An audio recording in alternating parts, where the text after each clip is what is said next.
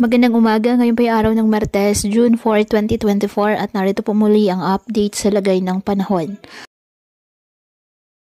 Ayon sa Pag-asa, patuloy pa rin ang pag-iral ng easterlies at nakaka-apektos ito ngayon sa eastern section ng Visayas at Mindanao.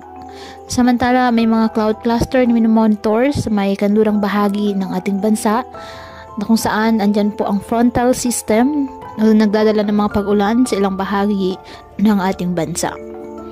Sa ngayon, walang bagyo na minomonitor sa loob at labas ng Philippine Area of Responsibility na maaaring makaapekto sa lagay ng panahon. Ngayon patuloy natin na i-monitor ang nasabing mga cloud cluster dahil posibleng may mabuong low pressure area sa mga susunod na araw. Ngayong buwan po ng Hunyo, ayon sa Pag-asa, 1 o 2 bagyo ang inaasahang mabuo o papasok sa Philippine Area of Responsibility.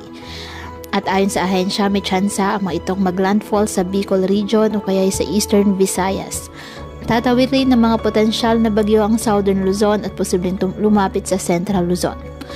Kaya patuloy lamang tayo na mag-antabay ng mga iba pa nating weather updates at sa updates po na ipapalabas ng Pag-asa hinggil sa lagay ng ating panahon upang tayo ay makapaghanda. Kaya patuloy pa rin po natin na pinag-iingat ang ating mga kababayan sa banta po ng mga posibilidad ng pagbaha at pagguho ng lupa lalo na kapag may malalakas na ulan at ugaliin po na magdala palagi ng payong o hatan mo panangga sa ulan sa tuwing lalabas po ng ating mga tahanan. At yan po muna ang update sa lagay ng panahon ngayong araw. Muli patuloy po tayo na mag-ingat at palaging tandaan, God loves you. Stay safe and God bless.